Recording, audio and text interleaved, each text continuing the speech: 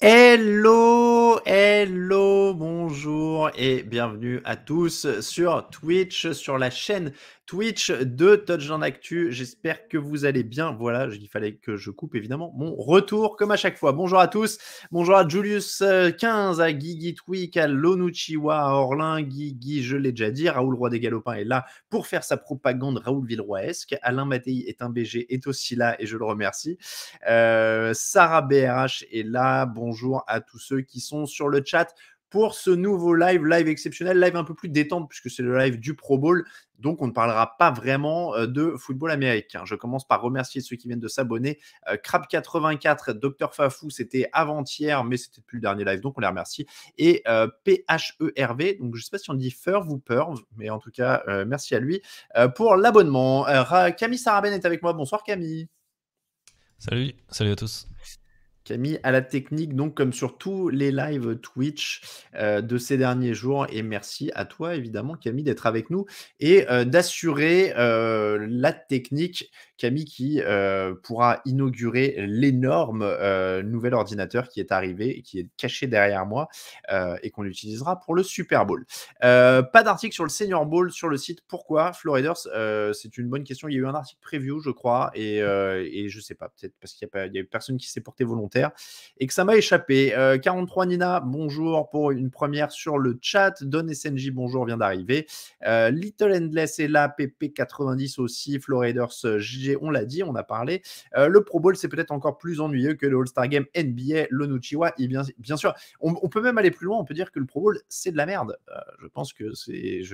Et je suis pas vulgaire, je cite juste Kaamelott. Je vous rappelle que si vous voulez nous soutenir, vous pouvez évidemment aller sur le Tipeee que je vous mets dans le chat, dans le lien du chat. Et vous pouvez évidemment vous abonner à la chaîne, les deux.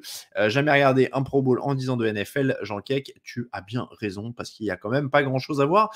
C'est pas nous qui allons vous mentir. Je remercie d'avance Elias de l'équipe qui s'est porté volontaire pour faire le résumé du Pro Bowl. Je vais pas vous cacher que je suis quand même très très content de bien dormir et de pas avoir regardé ce match. Voilà donc pour les bases, je le disais. Je vous rappelle quand même que le fauteuil est sponsorisé par Unibet, même s'il n'y a pas de match. Je vous mets quand même le lien. Vous pouvez aller jeter un œil. Oui, alors vous êtes plusieurs à parler du quiz. Alors je serai peut-être pas là moi pour le quiz finalement de mercredi, mais vous inquiétez pas, il y aura plein de membres de l'équipe et il y aura Raoul Villeroy à la présentation, Camille Saraben à la technique. Je crois qu'il y aura d'autres membres de l'équipe que vous allez découvrir. Je veux pas dire de bêtises, mais je peux regarder en direct parce que c'est un peu plus à la bonne franquette, hein, le fauteuil du Pro Bowl. Je voudrais pas vous dire de bêtises. Qui va y avoir sur le quiz? Allez, il y aura Elliot, il y aura Victor, il y aura Marc à minima. Donc vous voyez, ils seront au moins 3 avec Raoul. Moi, ma participation est encore en suspens.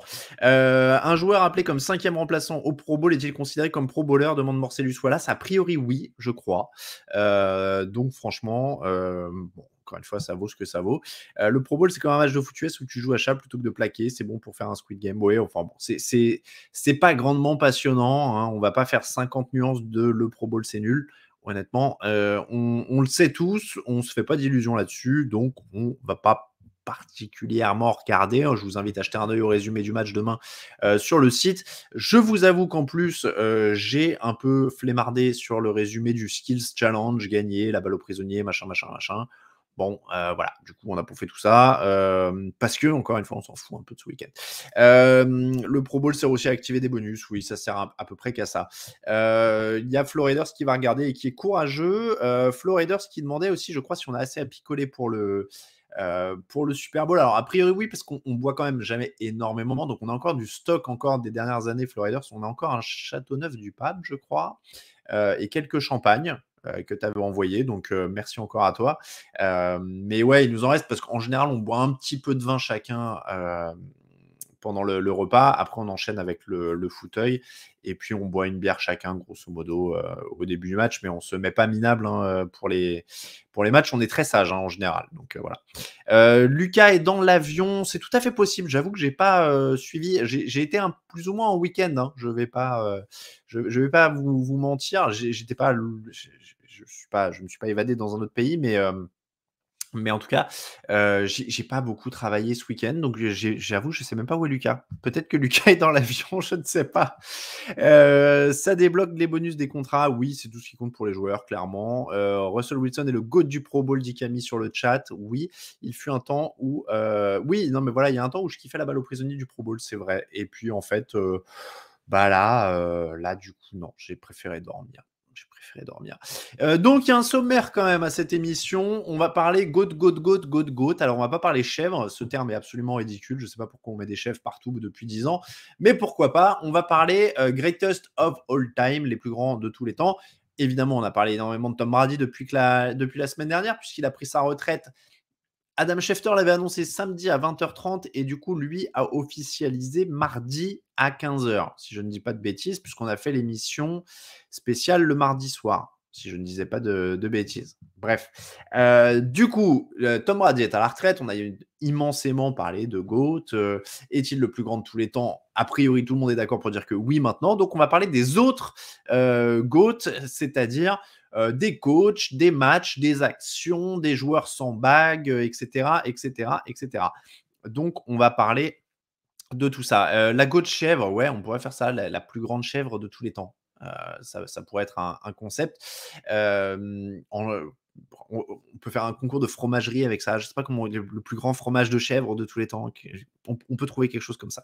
On va parler un petit peu actualité avant ça. Et puis, évidemment, plein de questions. N'hésitez pas à mettre plein de questions.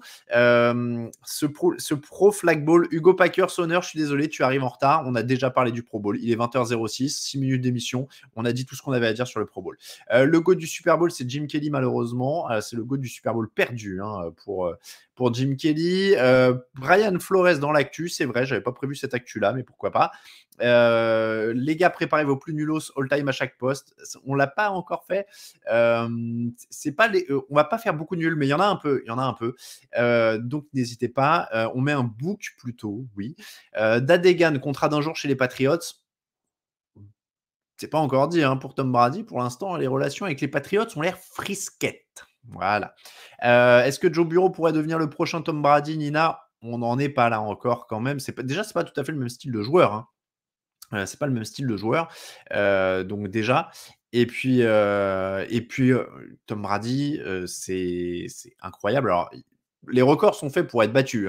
Quand Schumacher est parti, on ne pensait pas qu'il serait égalé. Quand Sampras est parti, on ne pensait pas qu'il serait égalé.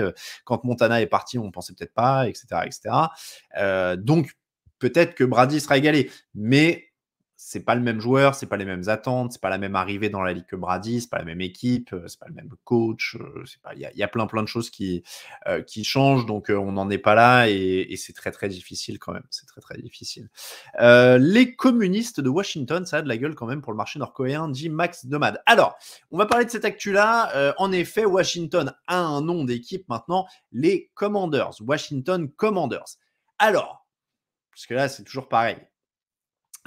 C'était la foire à la complainte. C'est-à-dire que ça a été une journée un peu compliquée à modérer. Je ne vais pas vous cacher qu'entre Brian Flores et Washington, on a vécu une journée un peu compliquée à modérer sur les réseaux sociaux, sur les commentaires du site, etc. Il y avait pas mal d'agitation. Ce sont des sujets qui agitent le visiteur. Alors déjà, on va dire un truc. Washington Commanders, c'est nul. Voilà, parce que bon, en fait, c'est revenu tout le temps. Ah, c'est nul, oh là là, c'est nul. Washington Football Team, c'était mieux, etc. Vous voyez, dans le chat, vous êtes déjà en train de le faire. Sauf que, il y a 2 ans, tout le monde disait que Washington Football Team, c'était nul. Voilà. Et en fait, c'est nul. Mais vous savez quoi? À peu près tous les noms de franchises US sont nuls. D'accord? Les Avions de New York, les Panthères de Caroline, les Jaguars de Jacksonville, les Aigles de Philadelphie, les Faucons d'Atlanta. Enfin, je veux dire, ils sont tous nuls si on regarde vraiment dans le rétroviseur.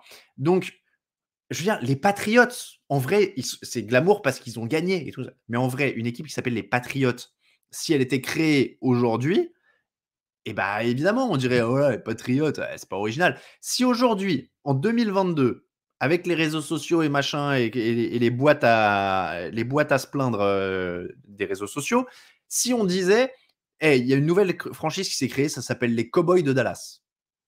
Et vous diriez, c'est une honte. Vous diriez, c'est un scandale, c'est ridicule. Vous avez vu le cliché, les cowboys de Dallas. Voilà, c'est juste parce que, bah, en fait, il faut prendre l'habitude. Et en vrai, c'est comme tout. S'il gagne, ça deviendra un nom accepté. S'il gagne, ça fera classe. Voilà, c'est tout. En vrai, c'est qu'un nom. Hein. Les noms, on s'en fout. Les Bengals sont au Super Bowl. Vous avez vu beaucoup de tigres dans l'Ohio depuis 50 ans. Voilà. Je veux dire, non mais je suis d'accord avec Saïb BC sur Saïb C, je sais pas, je suis désolé pour le pseudo, sur le chat. Évidemment, ils sont pas tous nuls, je force le trait, ils ont parfois une raison, histoire en rapport, mais très peu, très très peu. Je veux dire, encore une fois, vous avez vu beaucoup de tigres à Cincinnati? Vous avez vu beaucoup de, enfin, alors les Faucons, les Patriots, etc. Ça, c'est quand même les méga clichés.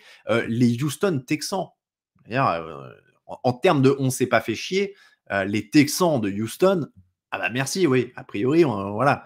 Donc voilà. Bon, excusez-moi, enfin, donc honnêtement, alors les Steelers, voilà, les Steelers, il y a un lien local. Bon, il y en a quelques-uns. Mais en vrai, il y en a pas tant que ça, quoi. Et les aigles, les faucons, les déclinaisons de volatiles dans tous les sens, les déclinaisons d'animal qui rugissent dans tous les sens. Bon, voilà, si on avait appelé une équipe les Chargers, bon, voilà, tu vois, bon, les 49ers, c'est un lien. Les Packers, à la limite, parce qu'il y avait l'usine de machin, bon, voilà. Mais en vrai, c'est quoi? C'est 5 équipes, 6 équipes. Donc, voilà, qu'est-ce que, hein? Qu'est-ce que. Et pareil, je suis désolé, Hugo Packers Honor. Le nom, ok, mais le logo. Bon, le logo, il est nul, c'est un W. Excusez-moi, le logo des Packers, puisque ton pseudo concerne les Packers, c'est un G entouré, quoi. S'il était présenté aujourd'hui, bon, bah, voilà, hein, ce serait un G entouré, quoi. C'est un G dans un ovale. C'est pas non plus la découverte graphique incroyable, quoi. Donc voilà, donc franchement, moi j'étais étonné de voir la déferlante de commentaires, les machins, les trucs. Oh mon Dieu, Commanders, quelle honte, quel truc, quel machin, quel ah, rendez-nous Redskins, rendez-nous Redskins. Ah là là, et remettez-vous, c'est qu'un nom. Quand ils gagneront, on n'y pensera plus. Et puis voilà, enfin, je veux dire, moi, c'est oui, alors Jogactu dit, je te sens blasé. Là-dessus, oui, moi, j'avoue que j'ai pas compris qu'on a épuré des commentaires un peu qu'on qualifiera à minima d'un peu léger, voilà. Euh, alors je vois c'est un secret. Oui, Georgia et Green Bay ont le même logo en plus. Donc voilà. Euh, mais voilà, il y a des. Moi, je vois, oui, ça fait nom de CFL, machin, etc. Enfin, excusez-moi, les Houston Texans, les machins, les Jaguars, les Panthers, les machins, les différents. Voilà. Donc voilà. Donc, c'est comme le maillot, quand tu gagnes, ça le rend beau. Je peux dire que ça. Bon, les maillots sont pas très jolis, ils sont pas très accordés. À la limite, ça, je peux comprendre plus qu'on soit moins fan des maillots. Oui, moi j'aurais protesté s'ils étaient passés au violet, évidemment. Mais voilà, je vais pas refaire tout le débat sur Redskins. Maintenant, au bout d'un moment, il faut lâcher l'affaire. C'est-à-dire que remettez-vous, quoi. Ça fait 2 ans qu'on l'a lâché, donc ça sert à rien de re-hurler parce que les Redskins sont plus là. C'est qu'un nom. Voilà, c'est pas. Et donc oui, en même temps, s'il est pas raciste, c'est quand même un peu mieux. Donc faut s'en remettre, quoi. Hein. C'est qu'un nom d'équipe. Donc voilà. Voilà. Et encore une fois, il a bien raison. C'est quand tu as un nom historique et que tu déménages, ça n'a plus rien à voir. Marcellus Wallace le dit bien. Tout le monde adore les Los Angeles Lakers, qui sont dans une ville où il n'y a pas de lac, je vous rappelle, parce que les Los Angeles Lakers, à la base, ils étaient à Minneapolis, dans la région des Grands Lacs. Et là, ça avait un sens. Maintenant, ça n'en a plus du tout. Et pourtant, les Los Angeles Lakers, on trouve ça génial. Pourquoi? Parce qu'ils gagnent. Donc voilà. Donc les Washington Commanders, tout le monde trouvera ça génial quand ils gagneront. Moi, je vais vous dire le gros problème avec cette annonce, c'est vraiment, vraiment, vraiment le maillot où il y a marqué Commanders. Ouais, il y a marqué Commanders sur le maillot domicile. C'est dommage parce que ça gâche leur belle couleur. Et c'est surtout qu'en fait, ça fait ringard avec le nom et les Browns avaient fait la même chose et ils avaient eu la bonne idée d'arrêter. Et donc, ils ont repris l'idée que les Browns avaient lâché. Donc voilà, je comprends pas trop ce truc-là. Passons sur Washington. Floriders, est-ce que j'ai déjà rencontré Josh McDaniels? Bah ouais, j'ai dû le croiser au Super Bowl.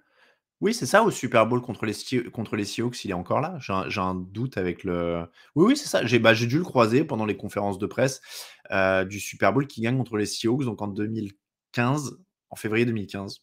Ouais, je pense que c'est surtout ça. Oui, alors après, il y a Sarah qui dit qu'il y a une histoire de timing. Alors c'est vrai qu'il faut rappeler quand même que la franchise de Washington, ça n'est pas que des maillots et un nom.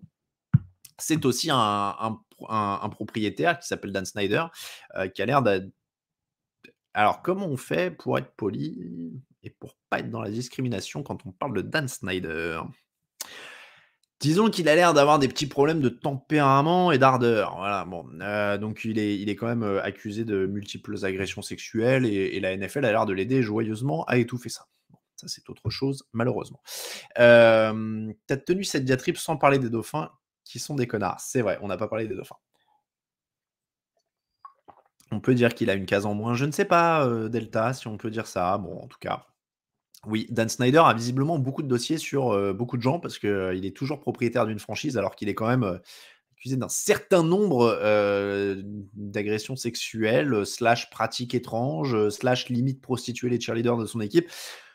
Bon voilà, hein, ça c'est autre chose mais clairement, c'est disons que si un joueur avait ce genre d'emmerdement, il serait un peu moins il serait un peu plus embêté par la ligue. Il y a des chances. Bon, il y a des chances. Le personnage est gênant, ouais, il est même physiquement gênant. C'est-à-dire que, c'est gênant, quoi, quand on voit tout ce qui lui pend au nez. Bon. Allez, on va, parler de choses plus réjouissantes parce que Dan Snyder, c'est franchement pas un sujet réjouissant et puis alors on est là dans un dimanche un peu détente, on te sent moins virulent, c'est moins intéressant que le Pro Bowl. Non, mais c'est malheureux, c'est triste, hein, Dan Snyder, c'est quelqu'un qui est super riche et qui du coup, pense qu'il peut tout se permettre parce qu'il a ses copains qui le couvrent et puis, bah, pour l'instant, voilà. Ouais, alors Alain Échaffon aujourd'hui, rien ne va le Pro Bowl, les Commandeurs et Snyder, Raoul Roi des Galopins. Il faut dire que j'ai commencé un peu dans le dur, hein, avec les sujets là, c'est un peu dans le dur. Donc posez des questions, n'hésitez pas à poser des questions sur le chat, hein, vous pouvez y aller.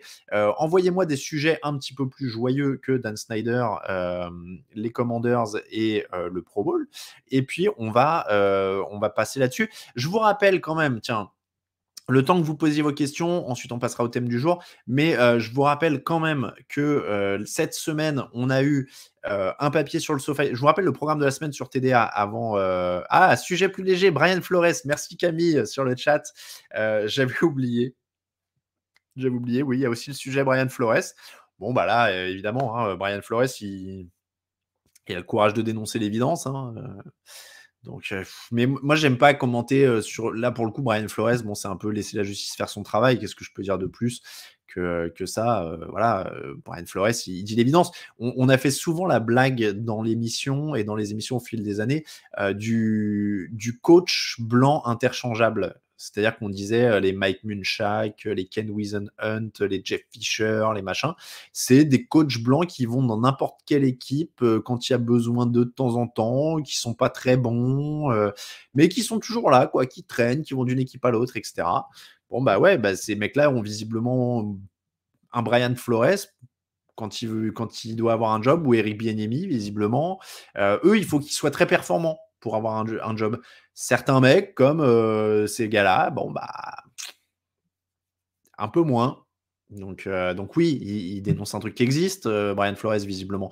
Après, bon courage à lui pour le prouver, parce que je suppose qu'en justice, il faudra des preuves matérielles et concrètes. Et ça, je sais pas comment il va faire. Je sais pas, je connais pas la justice américaine. Qu'est-ce qui est recevable, des enregistrements, des SMS, j'en sais rien. Donc je j'aime pas trop parler de ce genre d'affaires de justice. Courage à lui, parce qu'il se facilite pas l'embauche, on va dire.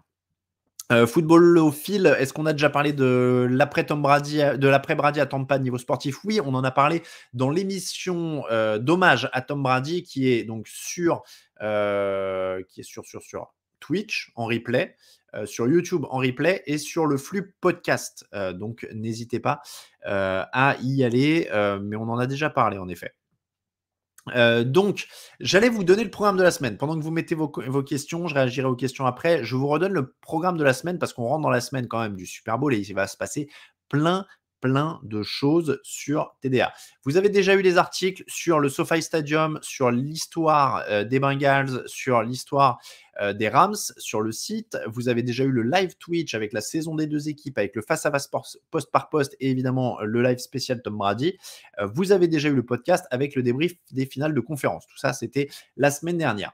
Lors de la semaine à venir, sur le site, vous allez avoir la grande preview écrite du Super Bowl. Vous allez avoir les pronostics de la rédaction, les absents et les blessés et les stats avant le match. Sur Twitch, vous avez ce fauteuil spécial où on peut parler d'un peu de tout. Sur Twitch, toujours le grand quiz du Super Bowl. Ce sera mercredi soir à 21h. Vous pouvez suivre la chaîne. On a mis à jour le programme sur la chaîne Twitch. Donc, n'oubliez pas aussi de bien... de bien pas vous abonner, je sais qu'il ne faut pas dire abonner parce que c'est payant sur Twitch, mais follower la chaîne, suivre la chaîne, voilà, je vais y arriver. Donc, en tout cas, donc, le grand quiz du Super Bowl, donc, c'est dans le programme de la chaîne Twitch à 21h mercredi. Lucas en direct de Los Angeles, ça, on ne l'a pas encore mis dans le programme parce que l'horaire reste à définir, mais suivez bien le site et les réseaux sociaux. Évidemment, on mettra le truc. Et puis, le fauteuil, la semaine prochaine, le fauteuil spécial Super Bowl, il est de 21h à minuit. Vous aurez 3 heures de direct sur Twitch de 21h à minuit. Du côté des podcasts, là, ça va être vraiment pas mal, puisque lundi, mardi et mercredi matin, vous allez vous réveiller et vous aurez un podcast à télécharger pour aller au boulot ou pour prendre votre petit-déj ou pour faire ce que vous voulez. 35 minutes d'émission, je crois, à chaque fois, grosso modo. Premier épisode en ligne demain matin sur toutes les plateformes de podcast. Pourquoi les Rams vont gagner le Super Bowl. Mardi matin sur toutes les plateformes de podcast. Pourquoi les Bengals vont gagner le Super Bowl. Et mercredi matin, qui va vraiment gagner le Super Bowl. Les 3 émissions en 3 jours pour le podcast. Je vous rappelle, je vous mets les liens, tiens, je vais vous mettre les liens pour le podcast sur le chat parce que n'hésitez pas à vous abonner sur tous les liens podcast. Spotify, il y a tout maintenant. Alors comme ça, je vous dis, je vous mets tout. Hop, regardez, hop, tac. Regardez ça. Sur Deezer, vous pouvez vous abonner. Le lien est dans le chat. Sur Spotify, vous pouvez vous abonner. Le lien est dans le chat. Sur Apple Podcast, vous pouvez vous abonner. Le lien est dans le chat. Sur Podcast Addict, allez, hop, pour ceux qui sont sur Podcast Addict, vous pouvez vous abonner. Le lien est dans le chat et le flux RSS que je vous colle dans le chat aussi. Vous pouvez le mettre dans n'importe quel player de podcast. Donc, n'oubliez pas, en audio, on va développer en audio l'année prochaine encore plus d'émissions. Donc, suivez bien en audio ce qu'on va faire. TDA, c'est vraiment multimédia maintenant. On va jouer sur tous les formats, des live Twitch en vidéo, des replays sur YouTube en vidéo, des audios dédiés et des formats spéciaux, rien que pour l'audio, un peu plus court parfois. Donc voilà, on est vraiment en train de quadriller tout ça. Donc, je vous disais, vous aurez 3 podcasts en 3 jours pour l'audio et puis le débrief du Super Bowl en podcast dès lundi soir, dès le lendemain soir. Et puis, pour ceux qui vont bosser le mardi matin, comme ça, hop, vous pourrez télécharger ça direct dans la foulée. Donc voilà, très très beau programme. Oui, merci à Floriders qui dit qui suit aussi Occupation. Je vous donnerai les liens pour Occupation. On va mettre des passerelles, il y aura des petites annonces d'un podcast à l'autre pour annoncer les nouveautés et tout ça. On est en train de développer tout ça. Ça devrait être plutôt pas mal. Allez, on passe à vos questions après ces petites promos sur ce qui va se passer dans les jours à venir. Gus Bradley, est-ce une perte pour les Raiders? Ironka, oui, ça pourrait être mieux. Après, on va voir ce qu'ils vont retrouver derrière. C'est pas comme si Dallas avait perdu Dan Quinn, par exemple. Ils ont bien fait, mais il a bien fait, mais c'est pas une perte monumentale. Ça va dépendre aussi de ce que Josh McDaniels peut trouver. Bientôt le magazine papier ou le Roi des Galopins. Alors ça, je peux déjà dire que non. C'est absolument pas prévu. Malheureusement, le papier, c'est un format qui est vraiment la presse magazine, ça coûte cher à faire et ça rapporte peu. Donc voilà, malheureusement, on peut pas. Comment Brady a fait pour gagner 7 bagues alors que visiblement, il a uniquement joué avec les Buccaneers et seulement pendant 2 saisons, dit Raoul, Roi des Galopins, qui est évidemment taquin puisque Brady a du mal à remercier les Patriots, en tout cas de manière directe. Le Super Bowl, c'est à la fois mon anniversaire et le jour où j'ai mon oral d'histoire grecque. C'est magnifique, Dilo Nuchiwa. D'histoire grecque, tu es donc étudiant spécialisé là-dessus ou ou c'est un truc. Ah, Dalenda a récupéré pas de juron. C'est le premier à dire ça. Donc, je n'ai pas le droit de dire de juron pendant, je crois, que c'est 5 minutes ou un truc comme ça. Pourquoi Brady est meilleur que Lamar Jackson alors qu'il court moins vite, dit Mbappé? Eh bien, parce que c'est un. Comment dire?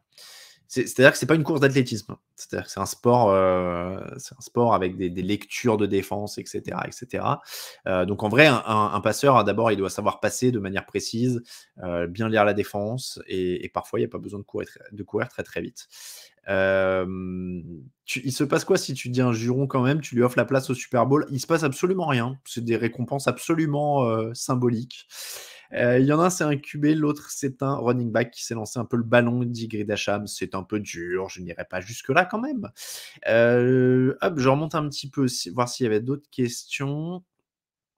Hop, hop, hop. N'hésitez pas hein, sur les questions, je vous sens plus timide qu'à l'époque où on était sur YouTube. Hop là. C'est moi où j'ai pas vu beaucoup de réactions des Chiefs sur leur défaite. Oui, après, on n'a pas beaucoup de rumeurs défaites, hein. Enfin, de réactions défaites. Bon. Est-ce qu'il y aura des pastilles draft comme l'an dernier, Jogactu? A priori, oui. Il y aura aussi la draft en direct comme l'an dernier. Enfin, voilà, il y aura pas mal. Étudiant, donc il y aura pas mal de choses sur la draft. Oui, il ne faut pas s'en faire. C'est déjà en préparation. Il y a plein de choses en préparation. On compte aussi utiliser Twitch pour justement profiter du format direct.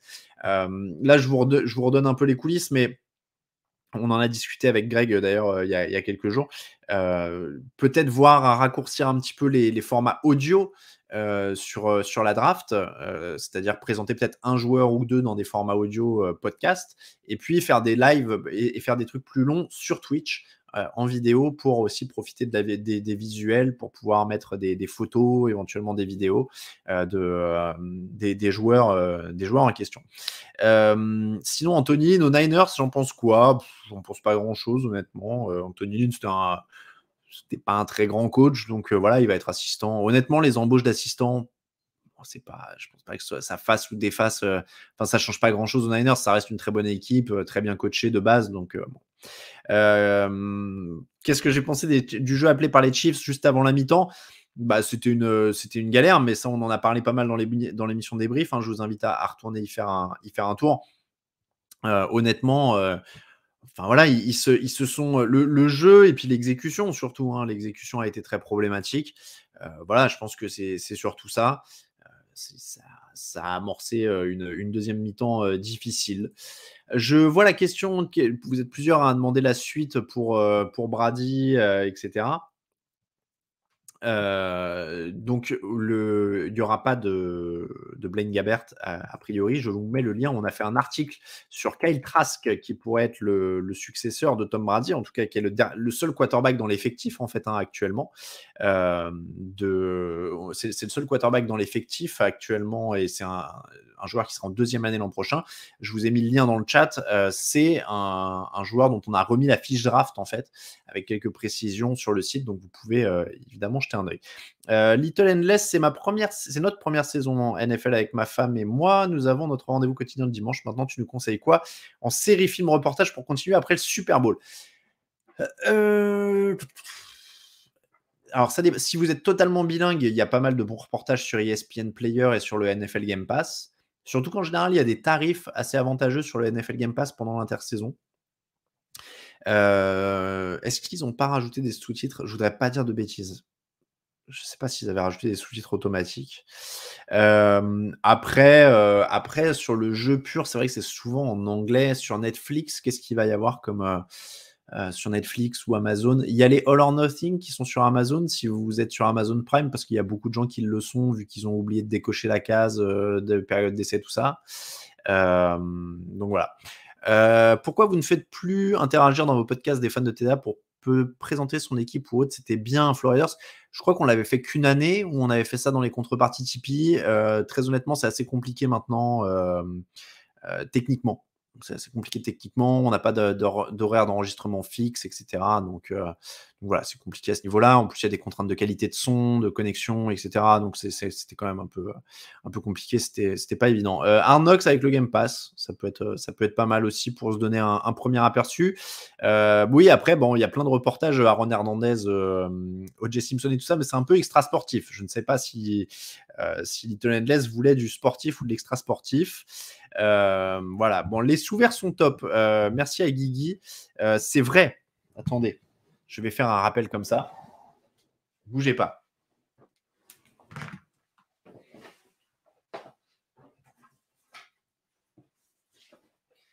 Hop.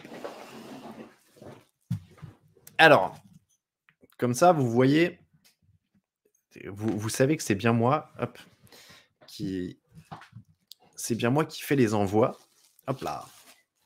Les sous-verts du Super Bowl, donc avec le superbe logo dessiné par Romain Terrasse pour le Super Bowl. Hop, je fais comment pour qu'il soit pas trop dans l'autre sens. Seb Von, c'est vrai, je les ai reçus hier, ils seront inaugurés pour le Pro Bowl, vous voyez, ils sont magnifiques. C'est Romain Terrasse qui nous a fait ça. Donc je vous invite évidemment à aller sur Tipeee si vous en voulez. Et alors, il ne me reste plus que ça. C'est-à-dire que là, ce que vous voyez, ce sont les derniers. Tous les autres sont partis. Donc voilà, je dis ça. On les envoie par 2. Donc il y en a un envoi, 2 envois, 3 envois, 4, 5, 6 et 7. Voilà, il y a 7 contreparties qui restent. Donc n'hésitez pas, je vous remets le lien sur Tipeee pour ceux qui veulent. Et je vous dis ça, 7 restent, mais il y en a déjà 3 à mon avis, lots qui ont été commandés. J'ai dû le voir dans les mails en plus. Donc voilà, il y en a beaucoup. Donc oui, et oui, les fans des Raiders sont plus Romain Terrasse, donc on le salue évidemment. Lui qui nous a réalisé, il a réalisé le logo du fauteuil qui est derrière moi, il a réalisé ces sous-verts-là, et après ça tourne en fait dans la rédaction. Il y a pas mal il y a Ben, il y a Xavier, il y a Thomas. Je suis désolé pour celui que je vais oublier, mais voilà, ils ont tourné, et il y a beaucoup de personnes différentes qui ont fait les sous-verts cette année.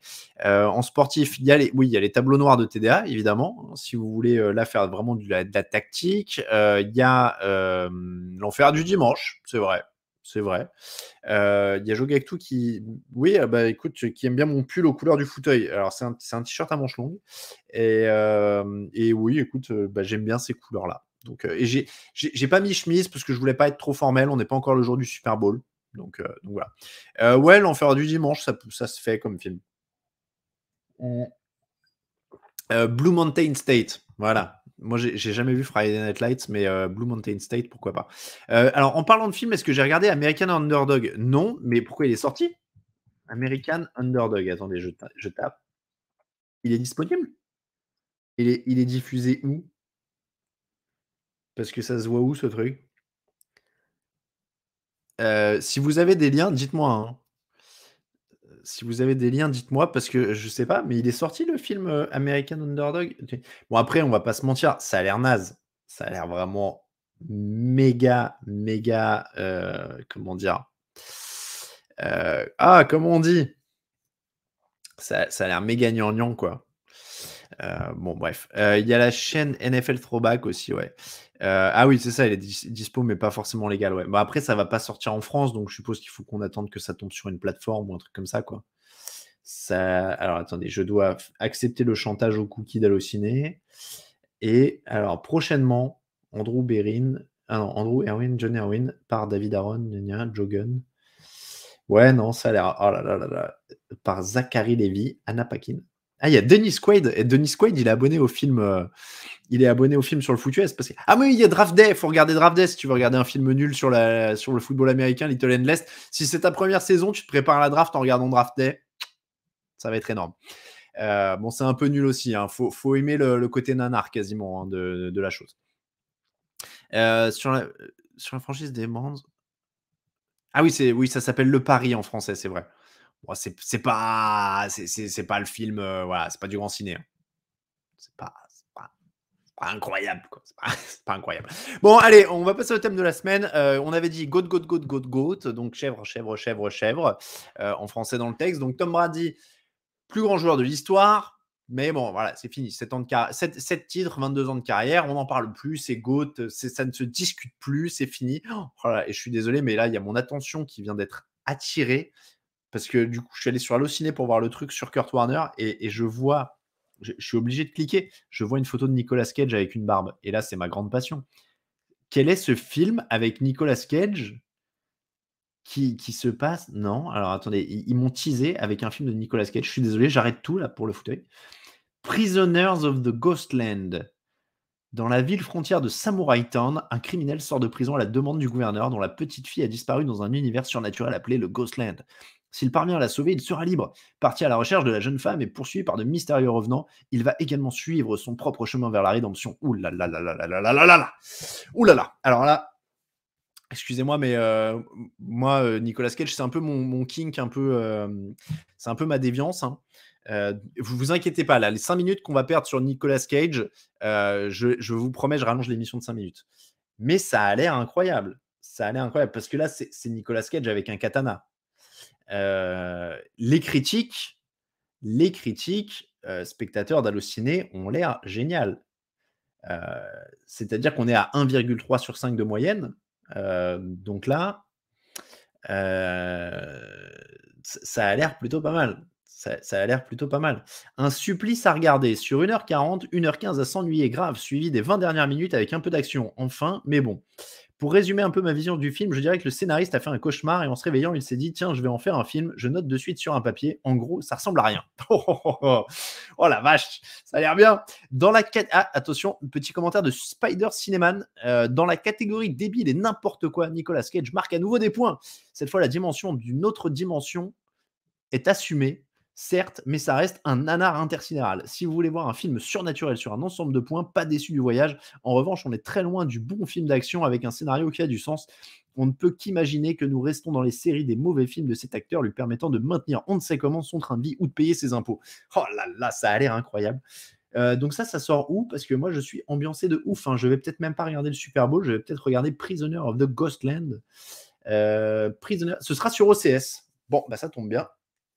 Ça tombe bien, je l'ai.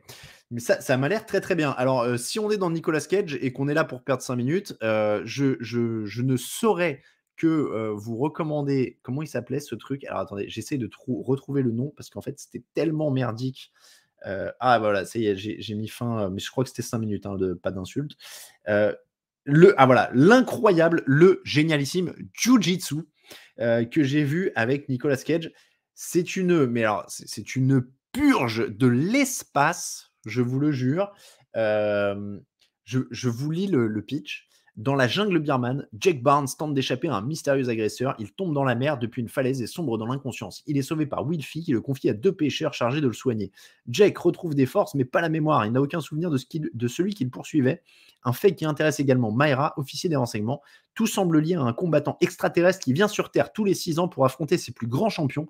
Jake faisait-il partie de cette élite chargée de protéger la planète? Un film d'action au rythme soutenu qui, s'il ne brille pas par son scénario, permet de retrouver des acteurs connus, Nicolas Cage en tête. Alors, s'il ne brille pas par son scénario, je vous jure que c'est le roi des euphémismes. Parce que c'est quand même vraiment un des pires films que j'ai vu de ma vie. Je crois qu'il est sur l'appli MyCanal et je remercie une amie de m'avoir filé ses codes MyCanal parce que franchement, payer pour voir cette bouse, ça aurait été quand même gratiné. Alors déjà, quand on dit Nicolas Cage, sachez que c'est Nicolas Cage qui cachetonne 20 minutes. Hein. Il fait une présence. Et quand on dit un monstre extraterrestre, c'est-à-dire que le truc ressemble à Predator, mais en mal fait. C'est-à-dire que c'est 30 ans après Predator, mais visiblement, tu as l'impression que les effets spéciaux ont 30 ans de retard sur Predator. C'est incroyable. Et donc, Nicolas Cage cachetonne là-dedans, c'est abominable. Les autres acteurs sont à la ramasse. D'ailleurs, l'acteur principal s'appelle Alain Moussy. Donc, c'est la première fois que je rencontre un acteur qui joue dans un film américain qui a le même prénom que moi. Voilà. Jiu-Jitsu, si vous aimez les nanars, attendez, je vous mets la fiche hallucinée. Après tout, il y a un chat maintenant et tout. Voilà. Je vous donne le truc. Alors, il y a quelqu'un qui disait crossover Super Ciné Battle, etc. Orlin, je me prétendrai pas. Je suis pas du tout assez calé en cinéma et je respecte beaucoup trop leur émission que j'aime beaucoup. Et Daniel Andreev qui est très sympa et qu'on avait eu dans le Channel Random d'ailleurs. Mais j'adore écouter Super Ciné Battle parce que je n'y connais rien en ciné et que j'adore écouter des mecs qui savent à fond de quoi ils parlent. En fait, j'ai l'impression d'apprendre des trucs en les écoutant. Donc jamais j'aurai l'outrecuidance de dire que je peux m'inviter parmi eux, jamais de la vie. L'autofocus, je suis désolé Raoul Roi des Galopins, promis avec le nouvel ordinateur ce sera réglé, là je ne sais pas. Volte-face, les ailes de l'enfer, 60 secondes chrono sont les seuls fils regardables sans risquer de faire un AVC face au regard et au jeu d'acteur du bon Nicole. Volte-face, c'est quand même, en vrai quand tu le regardes, il faut du second degré aussi quand même, hein, parce que il y a des trucs incroyables, il y a des trucs quand même incroyables dans Volte-face. Ouais, il faut écouter 2 heures de perdu, mais j'adore 2 heures de perdu aussi. Et j'écoute 2 heures de perdu tous les mercredis. Donc je vous le recommande aussi.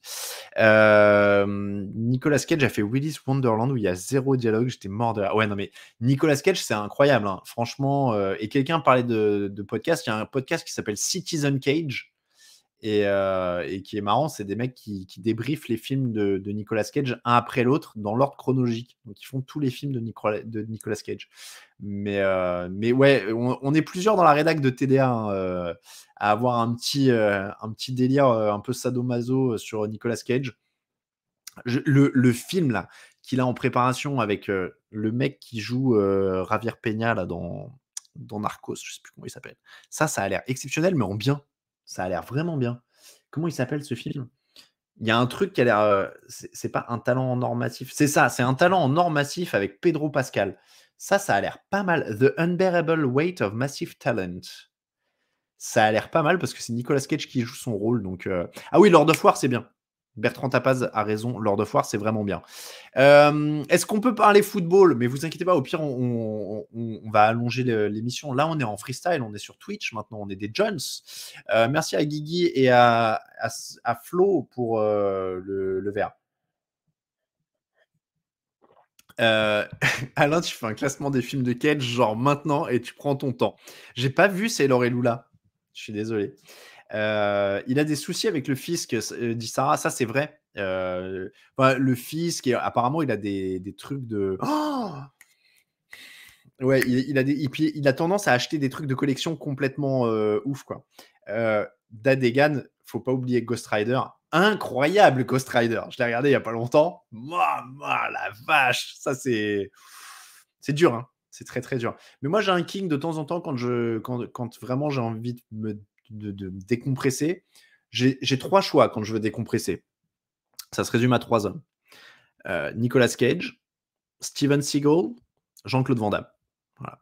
Me lancez pas sur les Steven Seagal parce que bon là c'est encore autre chose. Hein.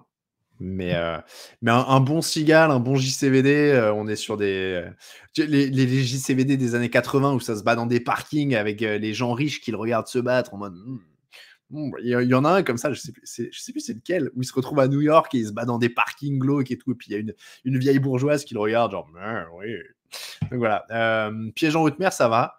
Mais c'est le deuxième, c'est piège à haute vitesse, celui dans le train. Je ne veux pas dire de bêtises, donc le 2, quoi. Parce que, en vrai, piège en haute mer, si je dis pas de bêtises, en ricain, c'est le nom, c'est pas piège en haute mer. Le nom est incroyable. C'est Allez, je vérifie. Ah non, c'est Under Siege, pardon. C'est Under Siege, Piège en haute mer. Alors, c'est lequel? Parce qu'en fait, il a fait un film qui s'appelle Hard to Kill, qui m'a fait mourir de rire. Ah oui, Échec et mort en français.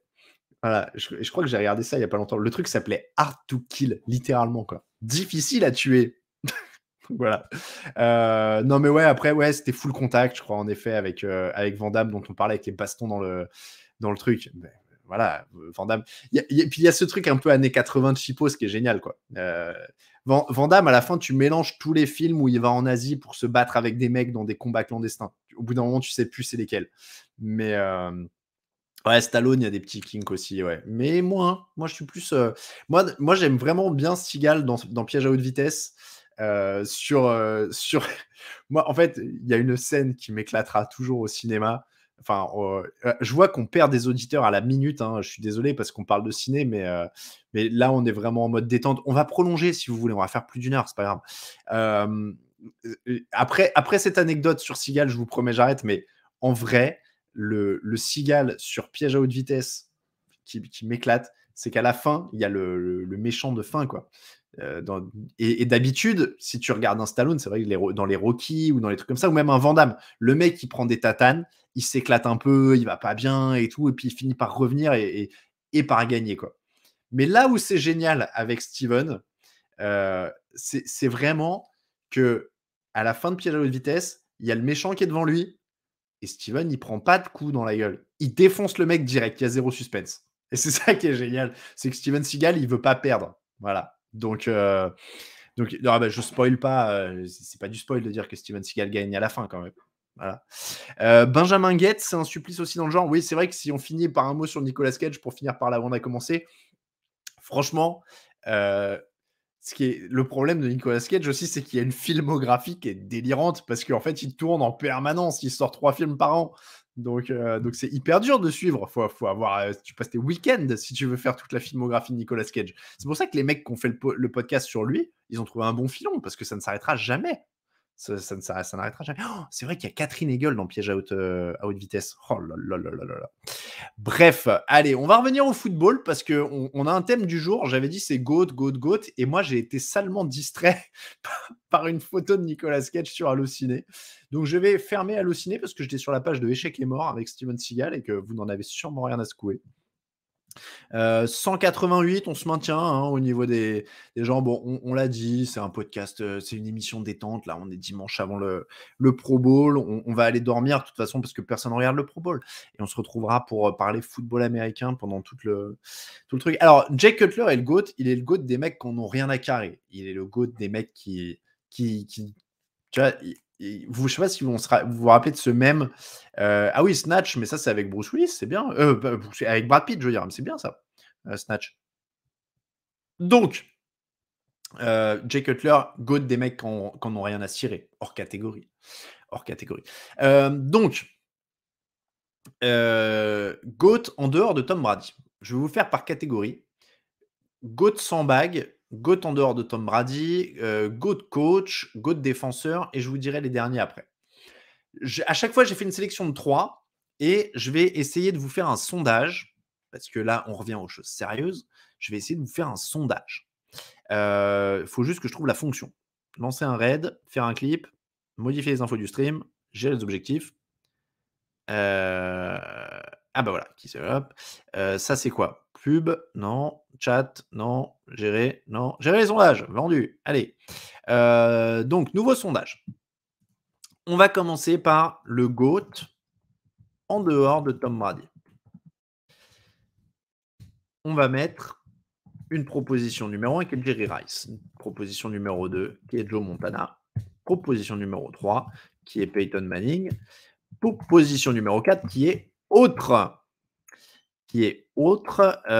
Et on va mettre 5 minutes de vote. 5 minutes de vote, sondage lancé. Et je vais essayer de m'afficher les résultats. Donc, Jerry Rice, Joe Montana, Peyton Manning, autre. Manning nul en playoff, c'est mort. Bim. Allez, voilà. Comme ça c'est directement dans la tronche. Je vois que ça se joue beaucoup entre les deux 49ers. Je rappelle quand même que Joe Montana, c'est 1, 2, 3, 4 titres. Je voulais être sûr de ne pas dire une bêtise. Donc, 4 titres pour Joe Montana. 2 fois MVP et innombrablement au Pro Bowl. Ça, on s'en doute évidemment. Jerry Rice, moins de titres de MVP, mais ça a été évidemment la cible numéro 1 de Joe Montana. C'est le receveur le plus productif de l'histoire. Il a quand même remporté 3 titres. Il a été MVP du Super Bowl 1 fois. Il a été 2 fois joueur offensif de l'année. Il a été 10 fois dans la première équipe All Pro. 10 fois. C'est à vérifier, mais je me demande si c'est pas un record. Leader à la réception 6 fois en NFL. Voilà, bon, il y a des trucs incroyables à tous les niveaux. Il a le record pour les réceptions en carrière, pour les yards à la réception en carrière, pour les touchdowns à la réception en carrière, 208 touchdowns au total. et il a gagné 23 546 yards au total. C'est aussi un record NFL. C'est Montana qui fait entrer la NFL dans l'ère moderne, dit Bertrand. Jerry Rice pour Flo Raiders. GOAT des contrats, Sam Bradford, ça c'est vrai. Hein. Montana a changé le jeu. Rodgers, GOAT de la saison régulière. Alors, il y a discussion si on fait vraiment GOAT de la saison régulière. Pour moi, Peyton Manning, c'est quand même très très fort aussi. Hein. Rodgers, ça va être son 4e MVP. Manning, il en a 5, si je dis pas de bêtises, non? Je trouve que Manning a encore plus révolutionné ce qu'il avait, quoi. Il a rendu tout le monde meilleur autour de lui. Il a été. Ouais, il est 5 fois MVP, Manning, quand même. Hein, 2003, 2004, 2008, 2009, 2013. Piou. J'aurais du mal à. Bon, on se dirige vers une victoire de Joe Montana. Les gars, Rice 2. Et après, c'est pas Joe Cool, mais Taylor, Brown, Peyton, Walter Payton. Manning a plus de bagues. Manning a plus de bagues que. Bah non, Manning, pardon, j'ai mal lu sur le chat. Manning avec la saison 2013 est meilleur en saison régulière. Ouais, Manning est quand même, oui, déjà il est plus leader que Rodgers. Bon, ça c'est quand même autre chose. Rice c'est un ténor, mon vote pour lui sans hésiter pour Hugo. Rice c'est des records limites inatteignables, Laminos. Parce que après, si on dit c'est GOAT hors de Brady, on peut peut-être dire c'est pas forcément un quarterback, quoi. Moi j'ai pas voté, tiens. Vous voyez, bah, je vais voter Jerry Rice pour donner un vote à un autre joueur, on va dire un autre poste. Parce que, ouais, du coup, Montana, Montana c'est fort hein, aussi. Hein. Je regarde, j'ai vu Jerry Rice et Montana dans un documentaire d'ailleurs ce week-end, enfin de la semaine dernière, et la facilité avec laquelle Montana envoyait des ballons très très loin quand même, c'est pareil. Hein. Il payait pas de mine, Montana, mais il avait un bras. Hein. Hop là, Manning pleure moins que Rodgers, ça c'est sûr. Le GOAT Randy Moss. Alors Randy Moss, c'est un des joueurs les plus talentueux, mais c'est pas forcément un des plus grands. Comme Brady est pas le plus talentueux, mais c'est le plus grand. Il y a aussi tous ces trucs-là. Hein. GOAT des carrières s'aborder, oui, ça on va en parler. Warren Moon, ouais, Warren Moon. Après, c'est pas non plus. C'est pas autant de MVP, c'est pas autant d'impact que ces mecs-là. Hein. Moi, j'ai mis Peyton Manning parce que c'est quand même c'était une des machines au poste de quarterback. Warren Moon, il a jamais été MVP, il a jamais été titré. Bon, voilà, hein, c'est pas non plus. Lawrence Taylor, on va en parler des défenseurs. On leur a fait une catégorie à part. On leur a fait une catégorie à part pour les défenseurs. Je regarde un petit peu. Ah, c'est la moyenne. J'arrive plus à voir combien de gens en direct. 181 spectateurs. Hop là, c'est ça. Voilà. Après, encore une fois, hein, c'était prévu qu'il n'y ait pas grand monde ce dimanche parce qu'il n'y a pas de match. Donc forcément, c'est un peu plus calme. C'était un live aussi pour être tranquille, pour être avec vous, pour être aussi avec les abonnés les plus fidèles. Parce qu'en fait, ce fauteuil, c'est aussi une manière de vous dire qu'on n'est pas là que quand il y a des matchs, quoi. On est là, on essaie d'être là aussi régulièrement. On aurait pu dire on fait rien ce dimanche parce qu'il n'y a pas de match, mais c'est aussi une manière de dire on est avec vous même ce dimanche, même si il n'y a pas un vrai match, quoi. Il y a un match, mais il n'y a pas un match, on ne va pas se mentir. Donc voilà, c'est de dire on est quand même là. Donc on sait que vous serez moins nombreux, mais le but c'est aussi d'être là pour ceux qui sont là toutes les semaines et ça nous fait plaisir. Allez, vainqueur du vote, Joe Montana avec 27 voix contre Jerry Rice, 24, Peyton Manning 5 et autres 3. Donc, Joe Montana. Et donc, le GOAT en dehors de Brady. C'est bien, moi, j'ai pas à mouiller. C'est vous qui faites les résultats. Donc, le GOAT sans Brady, en dehors de Brady est pour Joe Montana. Nouveau sondage. Le GOAT sans bague. Le GOAT sans bague. Alors, j'ai pas repris les mêmes, évidemment. Déjà, parce que tout cela ont des bagues. Le GOAT sans bague, il y a des beaux noms. Il y a un Dan Marino, qui est incroyable. Il y a Barry Sanders, qui est incroyable. Et il y a, quelqu'un l'a mentionné, je crois que c'était Flo Raiders du coup. Flo Raiders va être content. 3 minutes, on passe pour les prochaines catégories. Randy Moss. Ah, j'ai pas mis... Bon, vous pouvez dire si vous en avez d'autres, vous les mettez dans le chat. J'ai pas mis autres. My bad. Dan Marino, Barry Sanders, Randy Moss et autres, mettez dans le chat. Je vous promets, je les cite. Laminos, Dan Marino, Barry Sambag, JBR, Barry pour El Magnifico. Bappé disait quoi? J'ai pas vu passer, pardon. Calvin Johnson, ça peut, ouais, ça peut, hein. Ça me choque pas si quelqu'un préfère Calvin Johnson à Randy Moss. Ça se défend. Oui, c'est plus dur. Ah oui, c'est plus dur pour. Il y a Bertrand Tapas qui demandait est-ce qu'on a prévu quoi que ce soit pour la 500e émission. Alors en fait, je sais pas encore quand ça tombe parce qu'on a tellement d'émissions qui viennent s'intercaler en ce moment. Vous voyez, là, on en a 3 en 3 jours par exemple. Donc le compteur pourrait tourner très vite. Je ne sais pas en fait quand va être la 500e. On se demandait si on n'allait pas la faire en public. Voilà. Mais pour l'instant, il n'y a rien d'acté. Mais voilà, on essaye. Aaron Donald en GOAT sans bague suggère Camille. Pourquoi pas aussi? Pourquoi pas? C'est vrai que ça peut être un des. Alors, Philippe Rivers, il y a Raoul Roi des Galopins sur le chat. Je suppose que c'est Raoul lui-même, ou alors c'est son double. Parce que Philippe Rivers, c'est ce que dirait Raoul, quoi. Et il n'y a que lui qui dirait ça. Je veux dire, il n'y a que lui qui pourrait dire ça. Donc, parce que sinon, non, évidemment, non. Plus qu'une semaine pour Donald sans bague. En effet, ça c'est quand même. C'est vrai que là j'ai pris des mecs dont la carrière est finie. Hein. Pour le sans bague, c'est quand même plus pratique. Larry Fitzgerald, c'est vrai, ça peut être pas mal. Si on pouvait revenir dans le temps, j'adorerais revoir jouer Dante Culpepper, dit Floriders. Ouais, c'est pas mal. Oui, Joe Thomas, ouais, les linemen sont pas assez mis en valeur, mais c'est vrai que Joe Thomas, ça fait partie des grands joueurs qui n'ont pas de bague. Johnny B. Good, pour les films sur la NFL, Ace Ventura qui sauve la mascotte des Dolphins. Oui, j'adore Ace Ventura. Hein. Attention, c'est vrai que ça m'est pas venu comme un film de football américain à proprement parler, mais c'est un film de culture fructueuse. Donc, oui, ça marche. Frank Gore, je vois qu'il est mentionné. Alors, j'aime bien Frank Gore, hein, mais il boxe pas du tout dans la même catégorie que Barry Sanders ou Dan Marino ou Randy Moss, à mon sens. Hein. C'est quand même. Là, Dan Marino, on parle d'un des. Dan Marino, il révolutionne pas la passe NFL, mais presque, quoi. C'est un des passeurs qui explose les compteurs, qui est un des premiers, quoi, qui signe des tonnes de records. Je suis en train de regarder. Alors, il n'y en a plus beaucoup des records, mais il en a eu longtemps. Hein. Je crois que le nombre de touchdowns à la passe, les yards, etc., il a quand même fait sauter les compteurs voilà, à un niveau assez délirant. Donc voilà. Moi, j'irai sur Dan Marino. Je vais voter, tenez, dans le chat aussi. Je pense que c'est le plus grand joueur sans bague. Barry Sanders, c'était autre chose parce qu'il y a eu une carrière qui est quand même plus courte, donc c'est plus dur à estimer. Marino, voilà, 57%. Donc pour vous, c'est le GOAT sans bague, Dan Marino. On est à 3 minutes de la fin de l'heure, mais encore une fois, je vous l'ai dit, on va prolonger cette émission. Il n'y a pas de souci. J'espère que Camille me pardonnera. J'espère que tu n'avais pas des trucs prévus après 21h parce que là, du coup, on est. Bon, sinon, tu laisses l'ordi tourner, hein, je me débrouillerai. GOAT coach pour enchaîner. Bon, GOAT coach, vous vous doutez bien que la première proposition, c'est quand même le mec qui en a gagné 6. C'est Bill Belichick. Le deuxième, c'est Don Shula. Le troisième, puisque saison parfaite avec les Dolphins, hein, quand même, Don Shula. Et le troisième, c'est Vince Lombardi, évidemment, le papa des Packers de l'ère moderne qui gagne les 2 premiers Super Bowls. Et évidemment. Genre manger, Camille, il faudra remettre au micro-ondes. Ouais.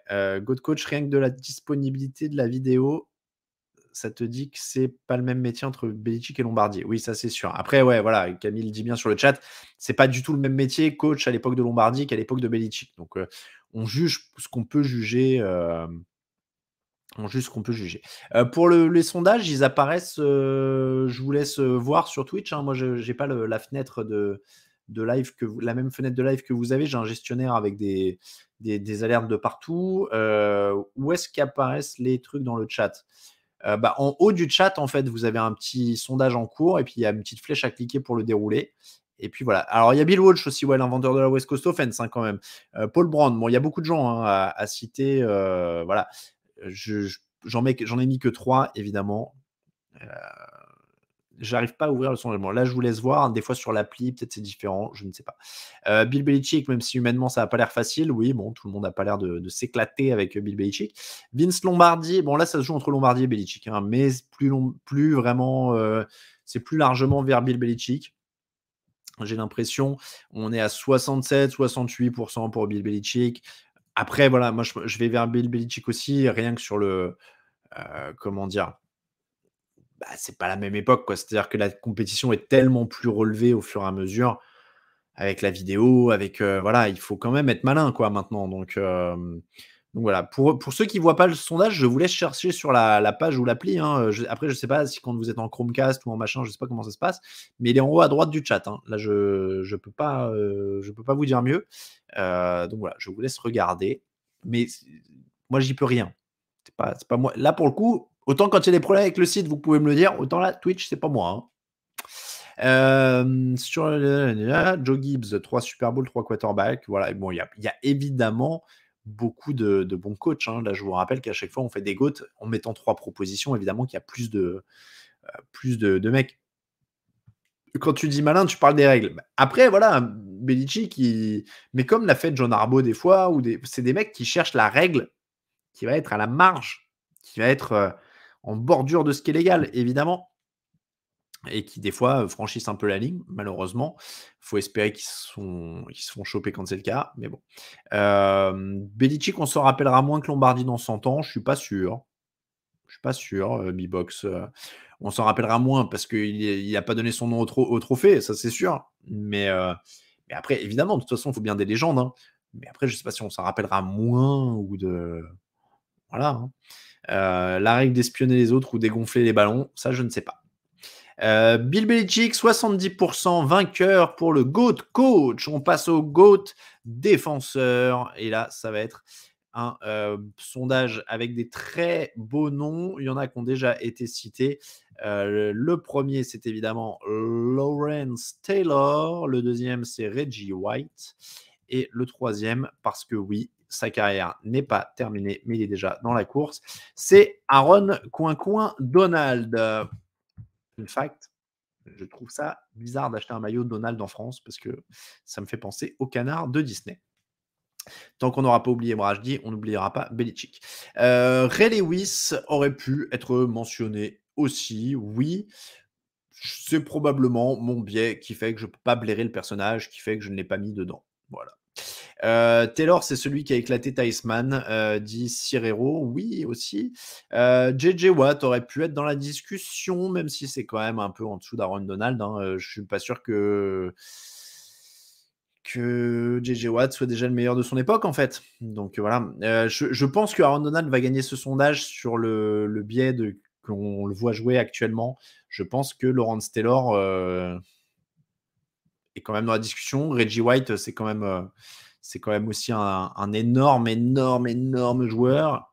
Je voudrais pas dire de bêtises sur le classement, mais c'est le deuxième, voilà, Reggie White, derrière Bruce Smith. Mais il y a Bruce Smith que j'aurais pu citer. Charles Woodson a été cité dans la rédaction aussi, et Aaron Cal dit bien sur le chat. Ed Reed, c'est un très bon safety, hein, mais peut-être pas le meilleur défenseur de tous les temps, ça me paraît être difficile. Deion Sanders, il y a quand même son aversion à plaquer qui pose un peu problème. Warren Sapp, c'est pas une influence aussi longue, hein, je crois, que Ray Lewis ou Aaron Donald, par exemple. Brian Urlacher, c'est un bon linebacker. Après, c'est pas non plus un des plus grands défenseurs de tous les temps, hein. Brian Urlacher, il était, je vais pas dire surcoté parce que voilà, mais c'était un bon joueur. C'était un très bon joueur. C'était pas non plus un des plus grands défenseurs de tous les temps, quoi. Woodson aussi chez les Raiders. Charles Woodson, c'est probablement, pour moi, Charles Woodson, il est en course pour meilleur defensive back de l'histoire. C'est pas honteux de le dire. C'est pas honteux de le dire. Troy Polamalu Dawkins. Polamalu Dawkins, c'est bon, mais c'est pareil. C'est pas. Vous voyez, c'est moins glamour, mais je préfère un Charles Woodson. Aaron Donald, Lawrence Taylor, ça se tire la bourre, hein. 21 votes pour Taylor, 23 pour Donald. Donc on y est presque à égalité. Mo Lewis, on peut lui attribuer quel prix? Ouais, Mo Lewis. Ronnie Lott chez les safety. D'après Madden, Sean Taylor. Ouais, bon, Taylor, Reggie White et Taylor. C'est voilà, Darrell Revis. Ouais, Darrell Revis, c'est beaucoup trop court. Darrell Revis, c'est 2 ans à très haut niveau. Donc bon. Josh McDaniels l'a dit, c'était un fumble. Le Pro Bowl a commencé. Attendez, comment ça, le Pro Bowl a commencé? J'ai même pas tilté l'horaire. C'est maintenant. Je croyais que c'était dans la nuit, moi. Junior CO. Mais non, le Pro Bowl, c'est maintenant. Mais non. Mais non. Me dites pas que c'est vrai. Attendez, le Pro Bowl, c'est maintenant? Je suis le pire rédacteur en chef de site de football américain du monde. Le Pro Bowl, c'est maintenant? Mais oui! Ah non, mais on s'en fout alors du Pro Bowl. Ah ouais, bah écoutez, et j'ai pas mis l'émission à cette heure-là parce que je pensais qu'il y avait le Pro Bowl, hein. Oh, j'étais persuadé que c'était à 2 heures du mat, comme quoi je m'en fous, mais totalement. Incroyable. Ah mais alors si vous voulez aller regarder le Pro Bowl, c'est pour ça que les gens se sont barrés. Ah mais alors attendez, si vous voulez, je vous fais un live du Pro Bowl. Bougez pas, je vous le commente en live. Restez là, restez là, restez là. Restez là, je vais vous le commenter en live. Alors attendez, bon, je suis obligé d'accepter les cookies infâmes de Google. Il faut que je me connecte à mon Game Pass. Attention, attention, bougez pas, bougez pas. Je vais vous commenter 3 actions du Pro Bowl. Alors, je vous donne juste le GOAT défenseur. Lawrence Taylor, Aaron Donald, égalité, 42% chacun. Je trouve ça magnifique. On ne pouvait pas faire mieux. Regardez en direct. Regardez en direct. Regardez depuis le début. Regardez maintenant. Et on va essayer de ne pas mettre le son parce que sinon on va se faire striker. Et on n'a pas de son. Alors, le Pro Bowl. Et donc, il y a eu un touchdown puisque là, il y a un extra point. Voilà, et donc c'est l'AFC qui a marqué. Très bien, on va voir. Je garde un œil. Je garde un œil. Interception de Murray, pick six. Ok, ah oui, d'accord. Et donc ça commence par un pick six. C'est quoi? C'est Darius Leonard, non, là, sur le banc qui a marqué? Ah oui, c'est ça, c'est Darius Leonard. Ok, très bien. Donc, je vous garde un œil sur le Pro Bowl. Ne partez pas, vous allez voir. Ah, la pub, ça me donne envie de frites. Ah, la pub pour les frites me donne tellement envie. Allez, GOAT Action. GOAT Action. Mais je vous jure, j'en ai tellement rien à faire du Pro Bowl que là, pour le coup, j'avais même pas regardé. Parce que c'est pas moi qui fais le résumé en plus. Donc voilà. Allez, GOAT action. On va finir nos GOAT et puis on va faire ça. Ou au pire, si vous voulez, on finit les GOAT la prochaine fois. On fait les GOAT rigolos la prochaine fois. Et là, on parle juste du Pro Bowl et puis on s'en va. Je sais pas. Je sais plus. Allez, GOAT action. J'en ai 4. J'en ai 4 parce que j'arrivais pas à départager.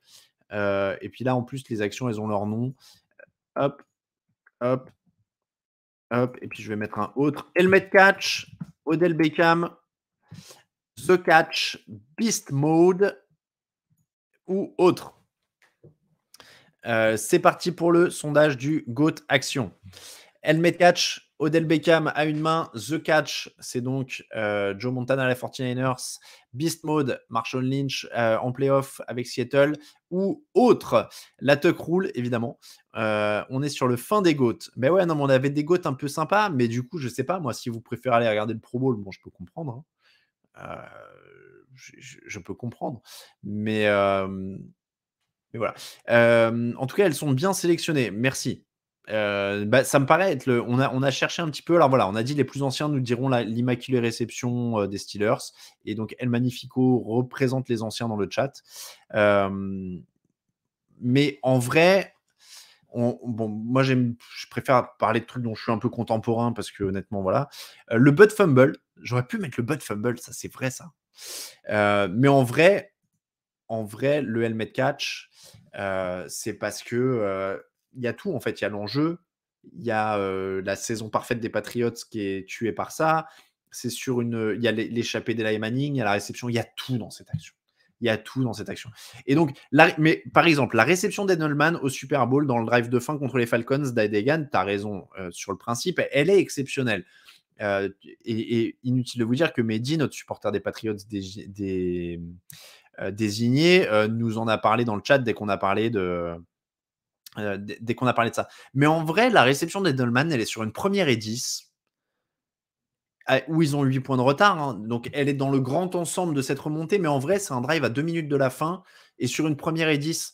Donc, pour moi, le Philly Special, par exemple, est au-dessus. Edelman, c'est une réception avec une maîtrise incroyable, etc. Et dans un grand match, très bien. Mais ça n'a pas l'intensité du helmet catch. Ça n'a pas l'intensité du helmet catch. Et même du Philly Special. Parce que le Philly Special est plus audacieux et c'est un truc jamais vu. Un receveur qui a une maîtrise incroyable et qui capte un ballon après rebond, c'est incroyable. Mais ouais, je trouve pas. Et si on parle à des gens, c'est pas. Voilà, ce qu'ils retiennent du 28-3, c'est pas cette action. Ce qu'on retient de la victoire des Giants, c'est le helmet catch. Donc moi, j'irai là-dessus. Philly Special, ouais, en 4e tentative. Le Philly Special, c'est aussi. J'aurais pu le mettre. Ouais, j'aurais pu le mettre. Le helmet catch, il y a tout. Il y a tout. Et je crois que voilà, vous êtes à peu près d'accord parce que parce que voilà, il est à 47%. Moi, il y a un problème avec le sondage, il veut pas que je vote. Bon. Le Philly Special, ouais, c'était quand même assez incroyable. L'interception de Malcolm Butler aussi était ultra, ultra clutch. Attention, Kirk Cousins a le ballon. Il n'y a pas de pass rush. Il passe le ballon en profondeur. Il n'y a pas de couverture. Et Justin Jefferson n'arrive pas à capter le ballon. Vous voyez, le Pro Bowl, c'est vraiment naze. Ah, et Justin Jefferson réclame un mouchoir de pénalité. Tout le monde rigole. Il n'y a aucune intensité. C'est merveilleux. J'ai voté pour toi. Merci beaucoup. Ah, c'est pour ça qu'il y a eu un problème. Ah là là, Camille, vote pour moi. Donc, le helmet catch est élu meilleure action. Le sondage. Allez, on va s'en faire 2 autres. Allez, 3 autres. Mais mon camarade Raphaël m'a dit fais attention à la dernière quand même. Tu pourrais avoir des problèmes. Goat Bust. Donc, c'est Kirk Cousins qui est en jeu. C'est pour vous dire le niveau du Pro Bowl, hein, bien sûr. Ah là là, Kirk Cousins qui trouve Alvin Kamara. Les gens, oh là là, il lève les bras. Le défenseur lève les bras. On ne sait pas pourquoi. Il y a eu un coup de sifflet. Voilà. Bon, là, il risque pas de tomber, hein, Alvin Kamara. C'est vraiment naze. Le Goat Bust, c'est quand même beaucoup plus drôle que Alvin Kamara qui se balade au milieu de mecs qui veulent pas te toucher. On en a 3 quarterbacks. Johnny Manziel, Ryan Leaf et l'inoubliable, le grand, le merveilleux Jamarcus Russell. Le meilleur bust de l'histoire, moi je vais vous dire, j'ai un petit faible pour Johnito Football. Johnito Football qui a combiné l'incapacité à travailler, la capacité à boire et plein d'autres choses. Je pense que c'est assez incroyable. Tim Tebow, c'est un bust rigolo quand même parce qu'il fait gagner un match de playoff à Denver. Bon. Alors, et je vais vous dire, il y a vraiment des gens pour aller au stade regarder le Pro Bowl après ça. Je vais vous dire un truc. J'ai vu un Pro Bowl dans un stade une fois. Parce que l'année où le Super Bowl est à Phoenix, donc avec le Patriots Seahawks, j'étais accrédité pour les 2 parce que le Pro Bowl avait lieu à Phoenix une semaine avant. Donc j'étais arrivé en avance en me disant je vais voir un Pro Bowl une fois dans ma vie. Et ben, je vous jure que même dans la tribune, je regardais l'écran de mon ordinateur tellement on se faisait chier. Voilà, là, voilà, passe de Kirk Cousins c'est Kyle Juszczyk, voilà, des Niners. Juszczyk prend le ballon, il slalom entre 2 mecs qui font wouh comme ça, c'est hey, on défend, Kyle. Et voilà, et Kyle Juszczyk est passé au milieu des défenseurs. C'est absolument ridicule. Voilà, hop, play action. Voilà, Kirk Cousins donne le ballon à Juszczyk, il est au milieu de 4 défenseurs. Et les mecs font comme ça. Voilà, haut les mains.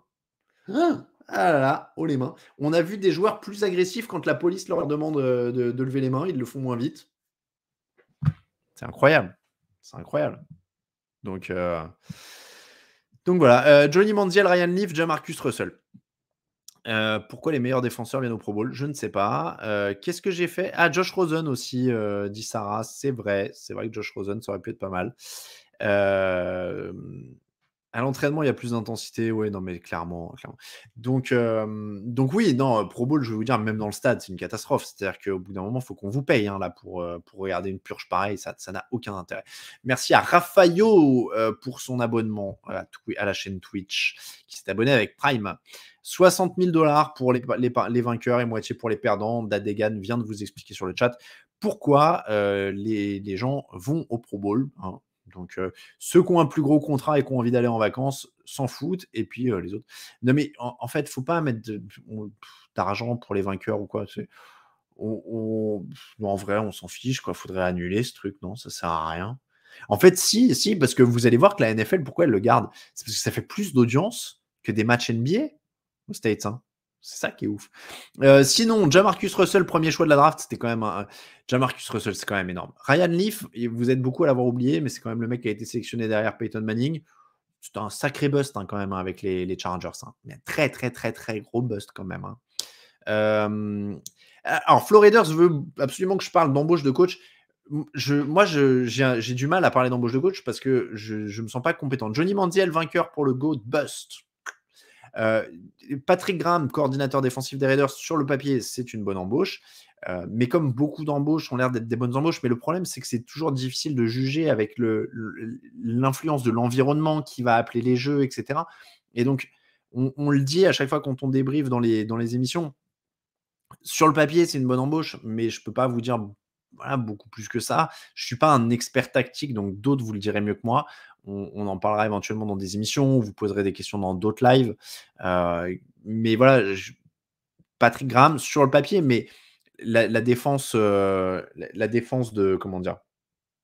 Des Giants a été bonne l'an dernier, mais pas cette année. Enfin, voilà, mais ça dépend du matos, ça dépend. Voilà, il y a surtout des bons joueurs à Las Vegas, avec notamment Max Crosby, etc.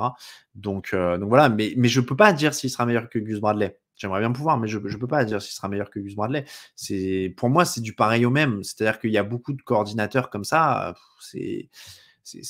Voilà, c'est pas. Il n'y a pas des différences énormes. Il va falloir voir quelle responsabilité il aura, etc. Voilà, ça dépend. Il y a Josh McDaniels qui va arriver comme coach, comment ils vont travailler ensemble. Je peux pas. Donc voilà. Moi, je suis pas un grand fan d'épiloguer sur les embauches de coach, parce que c'est toujours un peu la boule de cristal, quoi. Donc, faut attendre de voir comment ils vont travailler. Il faut attendre de voir quels seront les résultats. Mais voilà. Mais dans l'ensemble, hein, moi, je suis toujours plus un mec d'analyse que de prédiction, que ce soit pour les matchs, etc. Bon, c'est waouh, Kirk Cousins qui lance en profondeur et qui se fait intercepter. Et voilà, superbe interception. Mais alors là, je sais même pas. En fait, on dirait. En fait, ce qui est incroyable au Pro Bowl, c'est que tout le monde joue comme si les arbitres avaient sifflé. Vous savez, quand l'action s'arrête et puis que les gens ils trottinent doucement vers la end zone en mode genre, ah, allez, j'y vais au cas où. Mais en fait, là, personne n'a sifflé. Ils jouent comme ça. Genre, ils se regardent, tu vois, etc. Bon, bref. Donc, qu'est-ce que. Donc, encore une fois, les coachs et tout ça, on en a parlé dans les émissions en plus. Donc voilà, c'est à voir. On va attendre qu'ils fassent leurs preuves, surtout pour les nouveaux coachs. Je peux pas vous dire ce que va donner un mec qui a jamais entraîné, parce que le poste de coach principal, c'est aussi du manager, c'est un côté manager, etc., etc. Donc je peux pas deviner ce que vont faire Eberflus et des mecs comme ça. Voilà, j'en sais rien. Pour le Senior Bowl, on va voir qui pourrait faire un top et flop sur le site. On va regarder ça. Justin Herbert est en jeu. Oh là là, et une passe pour un touchdown. Oh mon Dieu, il y a eu un tout petit peu d'engagement. C'est Marc Andrews qui marque. Ce match est vraiment absolument sans intérêt. GOAT Super Bowl. Allez, on va revenir à nos deux sondages. On en a deux encore restants. GOAT Super Bowl. C'est un fauteuil en roue libre. Hein. Maintenant, on ne sait plus combien de temps ça va durer. 2 Super Bowl. 3 Super Bowl. Je vais vous en proposer 4. Allez. Il y en a un, j'ai même pas besoin de mettre les équipes. Vous allez voir pourquoi. Le premier, en termes de qualité de jeu, pour moi, c'est le plus beau. C'est Patriots Seahawks, donc qui a eu lieu sur la saison 2014-2015. Le deuxième, c'est Steelers Cardinals, qui est un sommet de jeu aussi en 2009. L'autre, c'est le 28-3 pour le scénario. Et le dernier, c'est Rams Titans pour les Titans qui se font stopper à 1 yard de la end zone. Vous pouvez voter. Donc pour le GOAT Super Bowl, Patriots, Seahawks, Steelers, Cardinals, 28-3, Rams, Titans ou autre. Là, il y a du très beau. Franchement, je crois que c'est si on met vraiment à part toute considération partisane, etc., je pense que le Steelers, Cardinals... le Patriots, Seahawks, c'est quand même énorme en termes de... Il y a tout. Alors, j'ai pas pu voter parce que je pense que Camille a fait en sorte de voter très vite à ma place pour pas voter Patriots Seahawks. Mais je dirais Patriots Seahawks, moi, sur le scénario, sur l'intensité, sur la qualité de jeu, il y a tout, quoi. C'est le 4e titre de Brady. Voilà, c'était en quelle année le Super Bowl Steelers Cardinals auquel Bureau fait référence? Ça doit être celui-là. Donc le Steelers Cardinals, c'est la saison 2008-2009. C'était en février 2009. Je me suis lancé la NFL en découvrant le 28-3, donc j'ai pas trop le choix du vote, dit Dadegan. Ah ouais, c'est récent. Je commence à être vieux, je réalise maintenant, quand il y a des auditeurs qui disent j'ai découvert avec le 28-3 ou des trucs comme ça, je me dis nous on était déjà sur le site depuis longtemps et tout, et ça commence à faire longtemps en fait. 2008 ou 2009 de Floriders. Oui, non, c'est ça. Hein, le Steelers Cardinals, c'est la saison 2008, le Super Bowl de février 2009. Je m'en rappelle puisque celui-là, à l'époque, c'était sur. J'étais invité sur RTL l'équipe, la web radio, pour le commenter, donc je m'en rappelle bien. Suis TDA depuis 2012, vous voyez, ouais.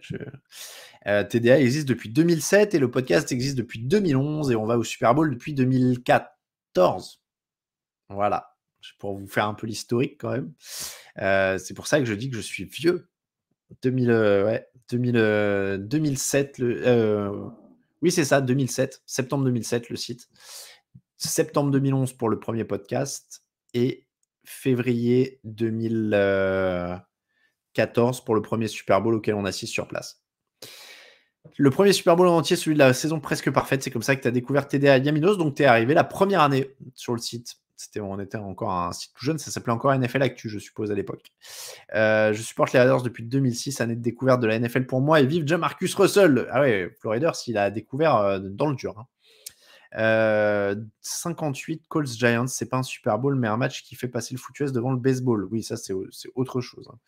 Le Greatest Show on Turf, ça a été les précurseurs du jeu comme on le connaît.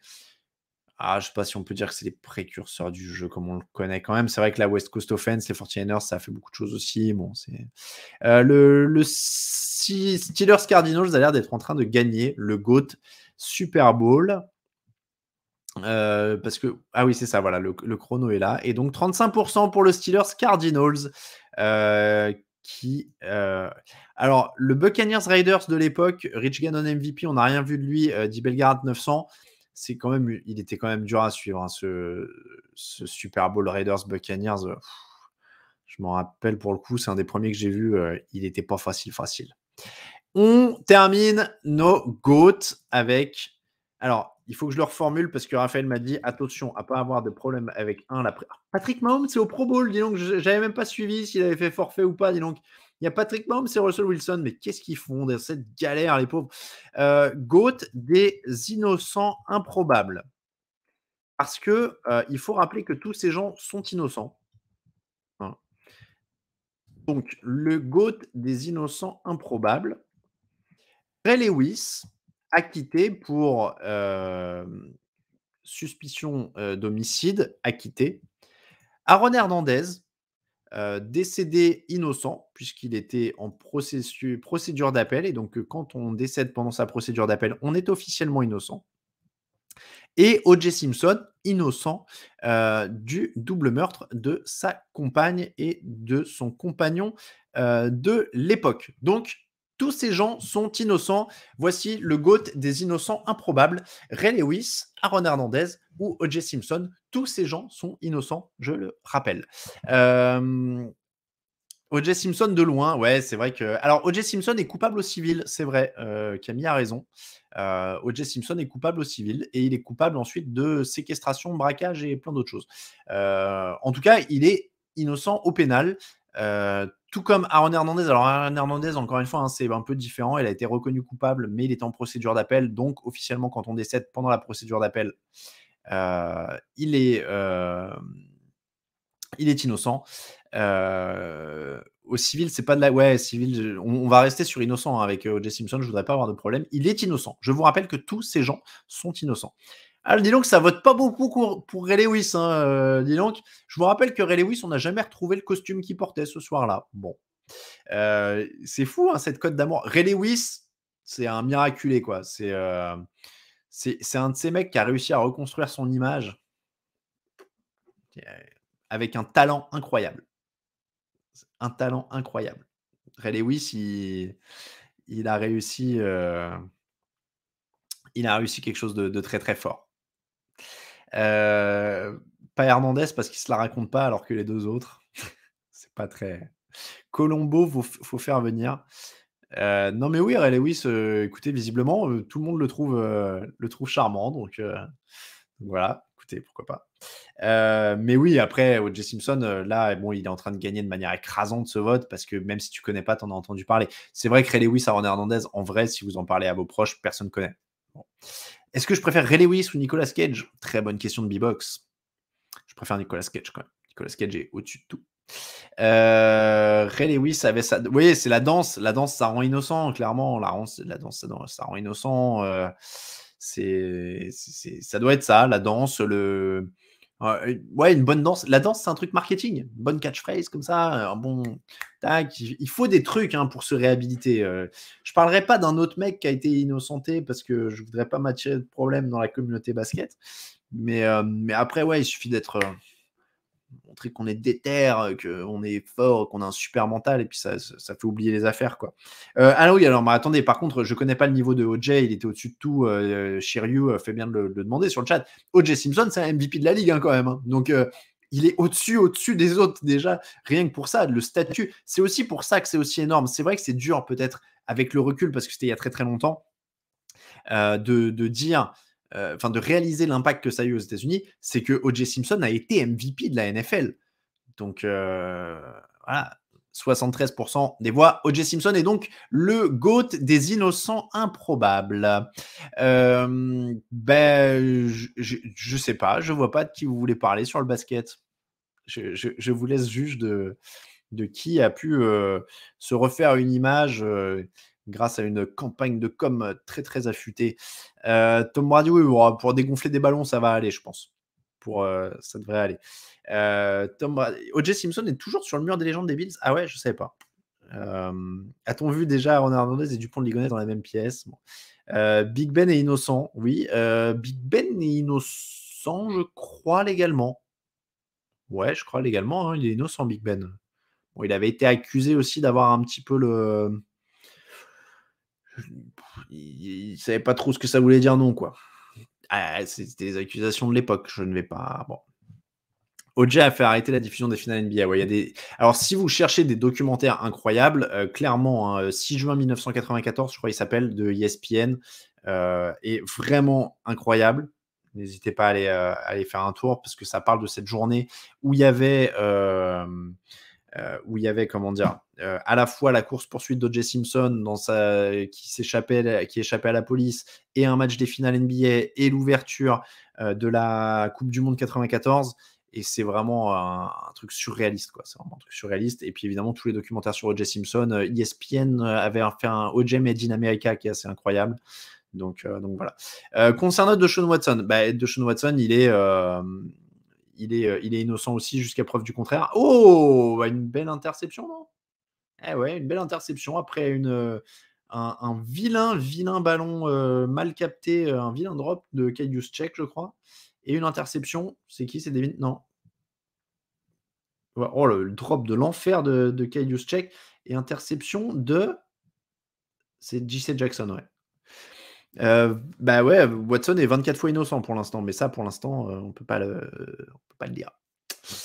Faut faire appel à Victor Roulier, spécialiste des sportifs criminels. Oui, c'est vrai. Je savais pas qu'il était spécialisé sportif criminel. Bon, après oui, Simpson, l'affaire dépasse sa personne. Voilà, c'était un truc incroyable. Mais il y a des très bons documentaires. Hein. C'est vraiment passionnant. Ça défend mieux qu'All-Star Game NBA. Voilà, du coup, ouais, il a fait une belle interception. Mais alors, c'est qui? C'est Mahomes qui est en jeu, du coup, avec Nick Chubb, avec Mark Andrews, avec Johnson, Hill. Ouais, bon, super. Oh là là, elle est course, mais c'est un enfer. Oh là là, mais quel enfer. 24 fois innocent. Ah ouais, ça fera un bon titre pour son documentaire. Très bien vu, Bertrand. Ouais, très bien vu. Bon, écoutez, voilà.